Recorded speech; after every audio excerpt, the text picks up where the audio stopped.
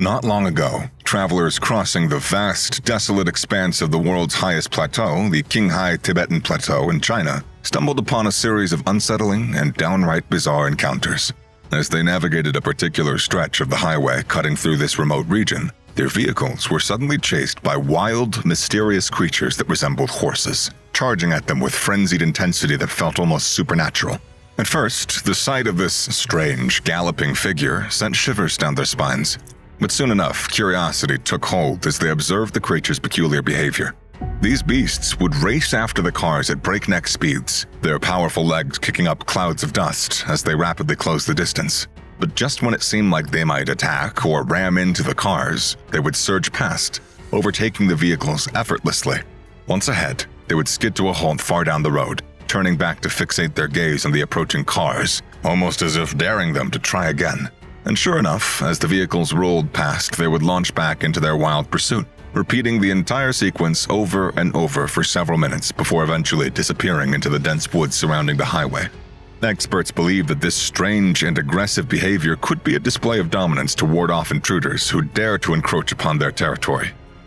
Known for their extraordinary speed and agility, these enigmatic beasts thrive in one of the most unforgiving environments on Earth, enduring bone-chilling altitude, harsh winds, and brutal cold while standing their ground against formidable predators like wolves, showcasing a resilience as wild and untamed as the land they call home. Meet the largest wild ass in the world, the Kiang.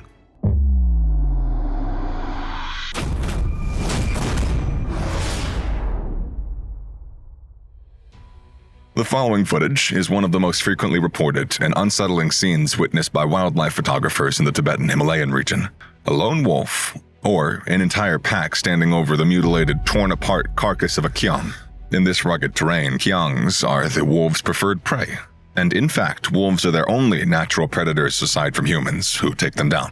Yet against both threats, the khyang put on a display of defense that speaks to its fierce, unyielding nature and remarkable resilience, especially for just a hooved mammal.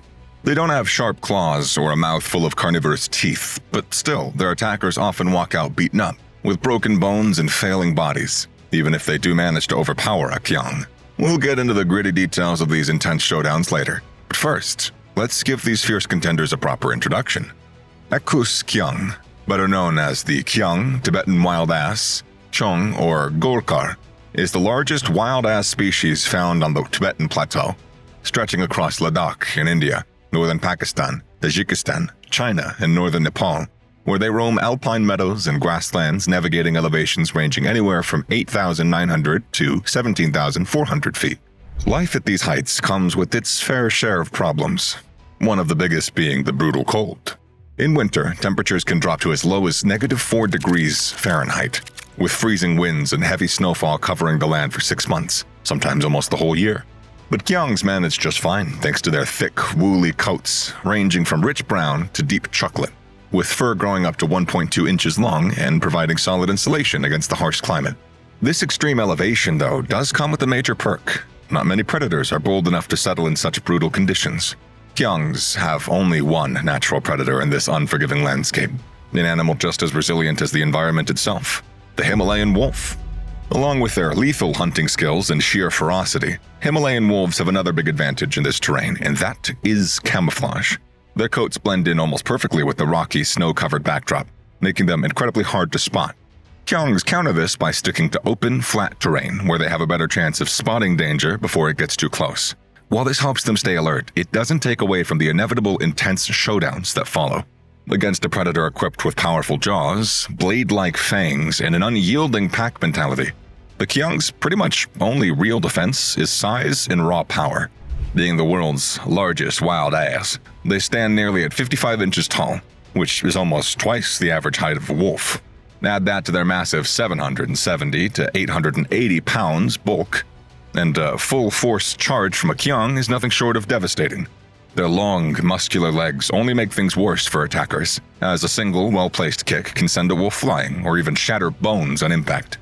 And they don't just rely on individual strength. Kyangs move in herds, ranging from a few individuals to sometimes hundreds grouped together. When wolves approach, they form tight circles, lower their heads, and lash out with powerful kicks, and sometimes even bite the attackers. They also snort and bray loudly, both to communicate with each other and to warn off predators. Wolves, on the other hand, are no less cunning either. They rarely take on a healthy adult head-on, opting instead to strike in coordinated packs, singling out the weak or the ones falling behind.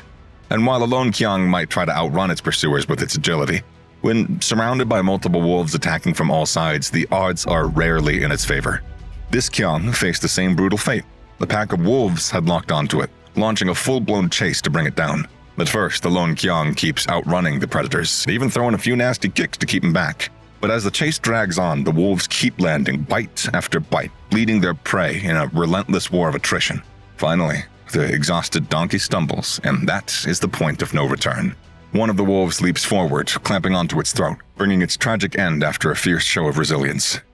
With humans as well, it's almost the same story. Poachers often target them, but they're often one of the hardest animals to hunt. Their ability to scale steep rocks or take off at full speed makes them incredibly difficult to chase down.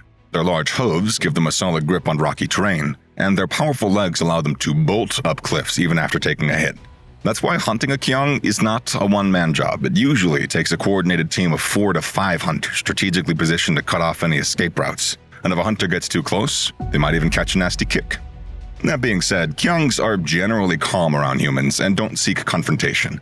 But their bold, inquisitive nature can get them into trouble. For example, they won't hesitate to walk straight into a hunter's camp, whether it's an act of dominance or just sheer curiosity. Unfortunately, this lack of fear makes them easy targets for poachers. This was a major concern when the Kiangs are seen chasing cars across the Qinghai Tibetan Plateau. Experts debate whether this behavior was driven by curiosity or a territorial response. But either way, their fearless interactions with humans can often put them in harm's way. Travelers in the Himalayas have shared plenty of stories about encounters with Kiangs. Many accounts describe groups of them casually wandering into campsites or watching from cliff edges as if sizing up the visitors. Being herbivores, Kiangs mostly graze on grasses and sedges, but with the brutal winters blanketing their habitat for most of the year, food isn't always an easy resource. To get by, they constantly move to new grazing fields and complement their diet by munching on herbs, shrubs, and even roots they dig out from the ground. And as for water, they mainly stay hydrated through the plants they eat or by chewing on snow. But when they do hit up a waterhole, they don't just drink. They dive right in and start playing around. These creatures are excellent swimmers, and with their long legs, they can power through rivers like it's nothing. From July to late August, it's mating season. Males go all out to impress the ladies, chasing, trotting, and even throwing down in brutal fights with rivals. Once the deed is done, a nearly 12-month-long gestation follows, ending in the birth of a single foal. While females technically can breed again right after giving birth, they usually wait and go through the process every other year. Newborns weigh around 77 pounds and are up and walking within hours. They stick close to their mothers and hit sexual maturity at around 4 to 5 years old, eventually living up to 20 years in the wild. According to the IUCN Red List, there are approximately 60,000 to 70,000 Kiangs in the wild.